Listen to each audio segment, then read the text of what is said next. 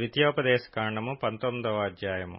నీవు స్వాధీనపరచుకున్నట్లు నీ దేవుడైన యెహోవా నీకిచ్చుచున్న దేశములో నీకు కలుగు నీ స్వాస్థ్యములో పూర్వీకులు నియమించిన నీ పొరుగువాని సరిహద్దు రాతిని నీవు తీసివేయకూడదు. ఒకడు చేయు సమస్త పాపములలో ఏ అపరాధమును గూర్చియే గాని ఏ పాపమును గూర్చియే గాని ఒక సాక్షి యొక్క సాక్ష్యమును అంగీకరింపకూడదు. ఇద్దరు సాక్షుల మాట మీదనైనను ముగ్గురు సాక్షుల మాట మీదనైనను ప్రతి సంగతి స్థిరపరచబడును.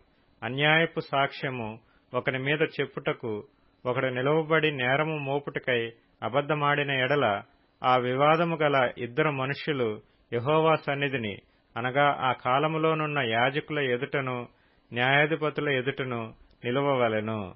ఆ న్యాయాధిపతులు బాగుగా విమర్శించిన తరువాత వాని సాక్ష్యము అబద్ధ సాక్ష్యమై తన సహోదరుని మీద వాడు అబద్ధ సాక్ష్యము చెప్పిన సంగతి వెల్లడి అయిన ఎడల వాడు తన సహోదరునికి చేయ తలంచినట్లే వానికి చేయవలెను. అట్లు మీ మధ్య నుండి ఆ చెడుతనమును పరిహరించుదురు. మిగిలిన వారు విని భయపడి నీ దేశమున అట్టి దుష్కార్యము ఇకనూ చేయకుందురు. నీవు ఎవనిని కటాక్షింపకూడదు. ప్రాణమునకు ప్రాణము, కంటికి కన్ను, పంటికి పళ్ళు, చేతికి చెయ్యి, కాలికి కాలు మీకు విధి. ద్వితీయోపదేశకాండము 20వ అధ్యాయము.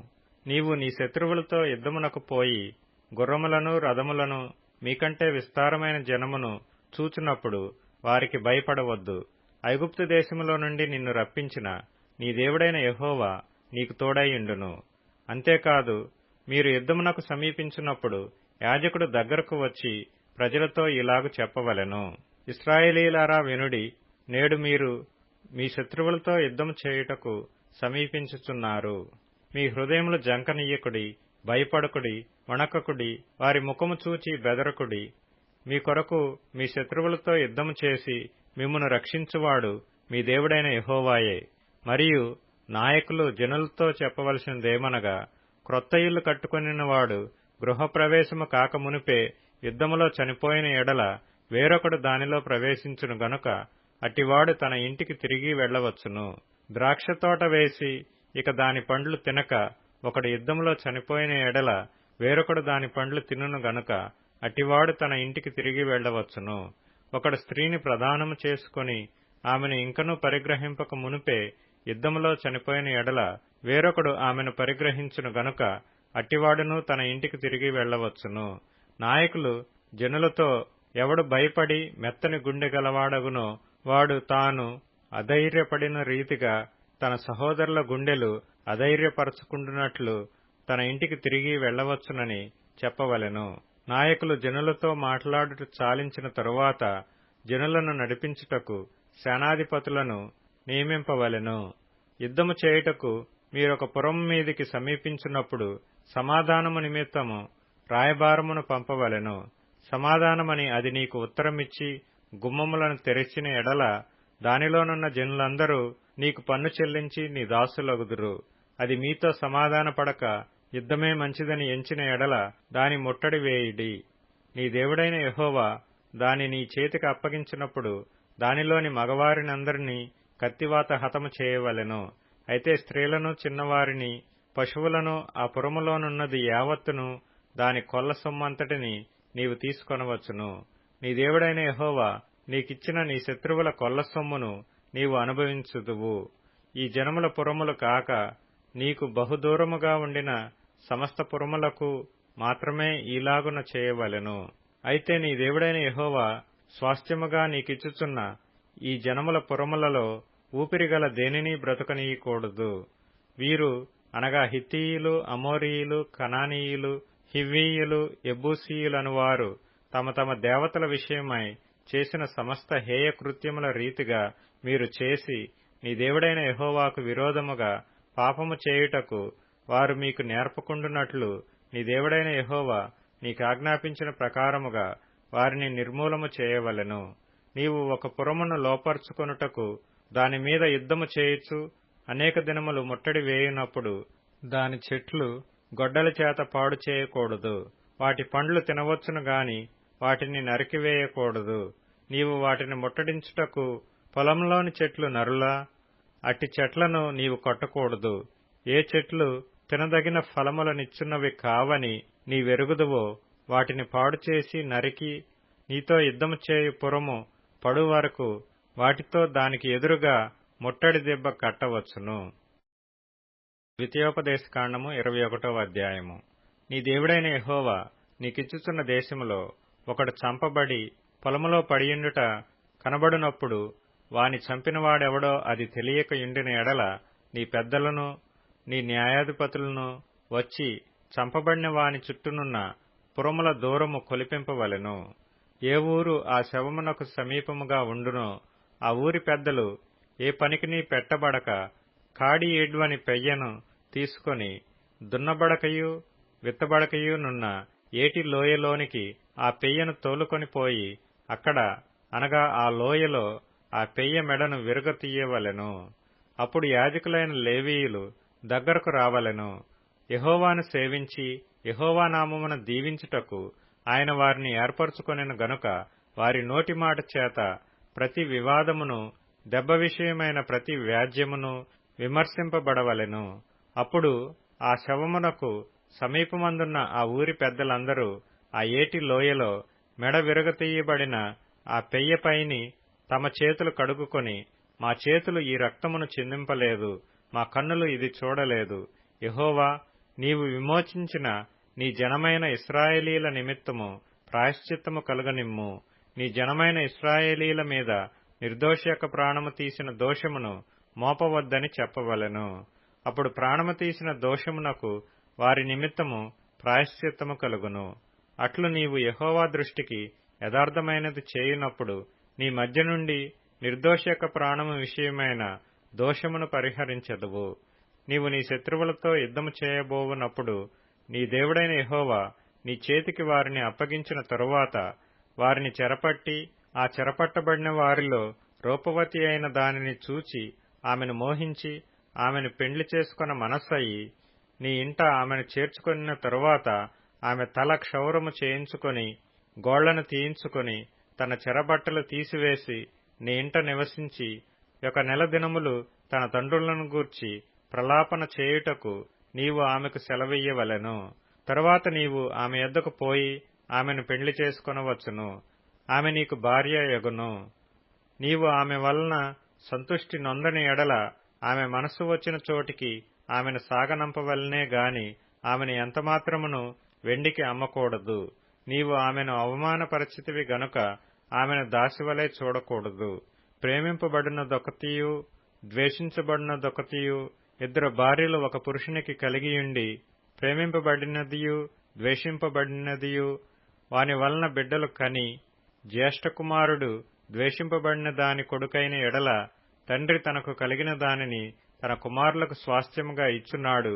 ద్వేషింపబడిన దాని కుమారుడైన జ్యేష్ఠునికి మారుగా ప్రేమింపబడిన దాని కుమారుని జ్యేష్ఠునిగా చేయకూడదు. ద్వేషింపబడిన దాని కుమారునికి తండ్రి తన ఆస్తి అంతటిలో రెట్టింపు భాగమిచ్చి వానినే జ్యేష్ఠునిగా ఎంచవలెను. వీడు వాని బలప్రారంభము గనుక జ్యేష్ఠత్వాధికారము వీనిదే. ఒకని కుమారుడు మొండివాడై తిరగబడి తండ్రి మాటగాని తల్లి మాటగాని వినకయుండి వారు అతన్ని శిక్షించిన తరువాతేను అతడు వారికి విధేయుడు కాకపోయిన ఎడల అతని తల్లిదండ్రులు అతని పట్టుకొని ఊరి గవిని యొద్ద కూర్చుండు పెద్దల యొద్దకు అతని తీసుకుని వచ్చి, మా కుమారుడైన వీడు మొండివాడై తిరగబడి ఉన్నాడు, మా మాట వినక తిండిబోతును త్రాగుబోతును ఆయనని ఊరి పెద్దలతో చెప్పవలెను. అప్పుడు ఊరి ప్రజలందరూ రాళ్లతో అతని చావగొట్టవలెను. అట్లు ఆ చెడుతనమును నీ మధ్య నుండి పరిహరించుదువు. అప్పుడు ఇశ్రాయేలీలందరూ విని భయపడుదురు. మరణశిక్షకు తగిన పాపము ఒకడు చేయగా అతన్ని చంపి మ్రాను మీద వ్రేలాడతీసిన ఎడల అతని శవము రాత్రివేళ ఆ మ్రాను మీద నిలువకూడదు. వ్రేలాడదీయబడినవాడు దేవునికి శాపగ్రస్తుడు గనుక నీ దేవుడైన యెహోవా స్వాస్థ్యముగా నీకిచ్చుచున్న దేశమును నీవు అపవిత్రపరచుకుండునట్లు అగత్యముగా ఆ దినమున వానిని పాతిపెట్టవలెను. కీర్తనల గ్రంథం 44వ కీర్తన. అయితే ఇప్పుడు నీవు మమ్మును విడనాడి అవమానపరిచియున్నావు, మా సేనలతో కూడా నీవు బయలుదేరకయున్నావు. శత్రువుల ఎదుట నిలవకుండా మమ్మను వెనుకకు పారిపోజేయుచున్నావు. మమ్మును ద్వేషించువారు ఇష్టము వచ్చినట్లు మమ్మును దోచుకొనుచున్నారు. భోజన పదార్థముగా ఒకడు గొర్రెలను అప్పగించున్నట్లు నీవు మమ్మను అప్పగించియున్నావు.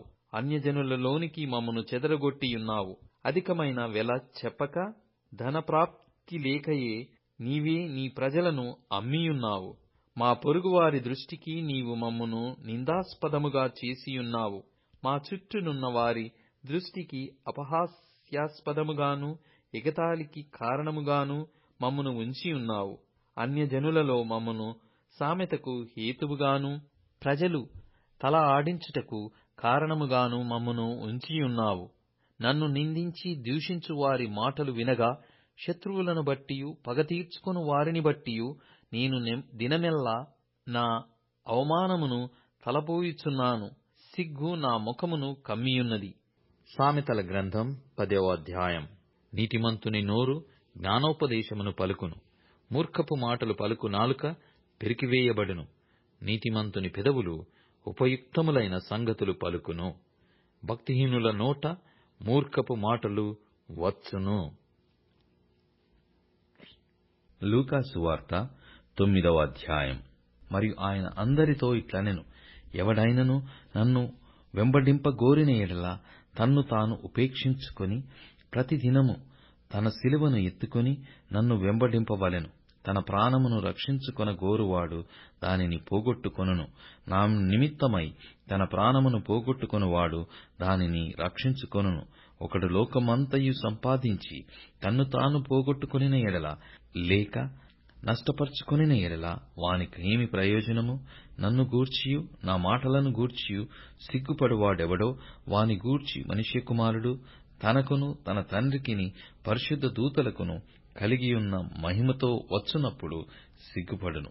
అక్కడ నిలిచి యున్నవారిలో కొందరు దేవుని రాజ్యమును చూచు వరకు మరణము రుచి చూడరని నేను మీతో నిశ్చయముగా చెప్పుచున్నానెను. ఈ మాటలు చెప్పినది మొదలుకొని రమారమి 8 దినములైన తరువాత ఆయన పేతురును యోహానును యాకోబును వెంటబెట్టుకొని ప్రార్థన చేయుటకు ఒక కొండ ఎక్కెను.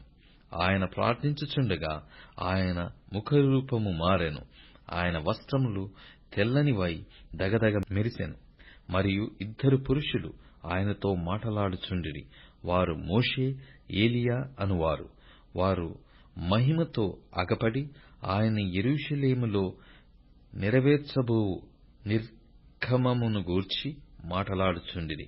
పేతురును అతనితో కూడా ఉన్న వారందరూ నిద్రమత్తుగా ఉండిరి. వారు మేలుకొనినప్పుడు ఆయన మహిమను ఆయనతో కూడా నిలిచున్న 2 పురుషులను చూచిరి. ఆ 2 పురుషులు ఆయన యొద్ద నుండి వెళ్లిపోవుచుండగా పేతురు యేసుతో, ఏలినవాడా, మనమిక్కడ ఉండుట మంచిది. నీకు ఒకటియు మోషేకు ఒకటియు ఏలియాకు ఒకటియు 3 పర్ణశాలలు మేము కట్టుదుమని తాము చెప్పినది తానెరుగకయే చెప్పెను. అతడిలాగు మాటలాడుచుండగా మేఘమొకటి వచ్చి వారిని కమ్మెను. వారు ఆ మేఘములో ప్రవేశించినప్పుడు శిష్యులు భయపడిరి. మరియు ఈయన నేర్పరచుకొనిన నా కుమారుడు, ఈయన మాట వినుడని ఒక శబ్దము ఆ మేఘములలో నుండి పుట్టెను. ఆ శబ్దము వచ్చిన తరువాత యేసు మాత్రమే అగుపడెను. తాము చూచిన వాటిలోను ఒకటియు ఆ దినములలో ఎవనికిని తెలియజేయక వారు ఊరకుండిరి. మరునాడు వారు కొండ దిగి వచ్చినప్పుడు బహుజన సమూహము ఆయనకు ఎదురుగా వచ్చెను. ఇదిగో, ఆ జనసమూహములో ఒకడు, బోధకుడా, నా కుమారుని కటాక్షించుమని నిన్ను వేడుకొనుచున్నాను. వాడు నాకొక్కడే కుమారుడు. ఇదిగో, ఒక దయ్యము వాని పట్టును. పట్టినప్పుడు వాడు అకస్మాత్తుగా కేకలు వేయును. నురుగు కారునట్లు అది వానిని విలవిలలాడించుచు గాయపరచుచు వానిని వదలకుండును. దానిని వెళ్ళగొట్టుడని నీ శిష్యులను వేడుకొంటిని గాని వారి చేత కాలేదని మొర్రపెట్టుకొనెను. అందుకు యేసు, విశ్వాసము లేని మూర్ఖతరము వారలారా, నేనెంతకాలము మీతో కూడా ఉండి మిమ్మును సహింతును?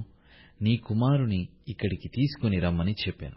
వాడు వచ్చుచుండగా ఆ దయ్యము వానిని పడద్రోసి విలవిలలాడించెను. యేసు ఆ అపవిత్రాత్మను గద్దించి బాలుని స్వస్థపరిచి వాని తండ్రికి అప్పగించెను.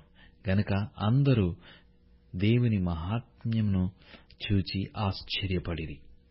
ఆయన చేసిన కార్యములన్నిటిని చూచి అందరూ ఆశ్చర్యపడుచుండగా ఆయన ఈ మాటలు మీ చెవులలో నాటనీయుడి. మనుష్య కుమారుడు మనుషుల చేతికి అప్పగింపబడబోచున్నాడని తన శిష్యులతో చెప్పెను. అయితే వారా మాట గ్రహింపకుండునట్లు అది వారికి మరుగు చేయబడెను గనుక వారు దానిని తెలుసుకొనలేదు. మరియు ఆ మాటను గూర్చి వారు ఆయనను అడగ వెరచిరి.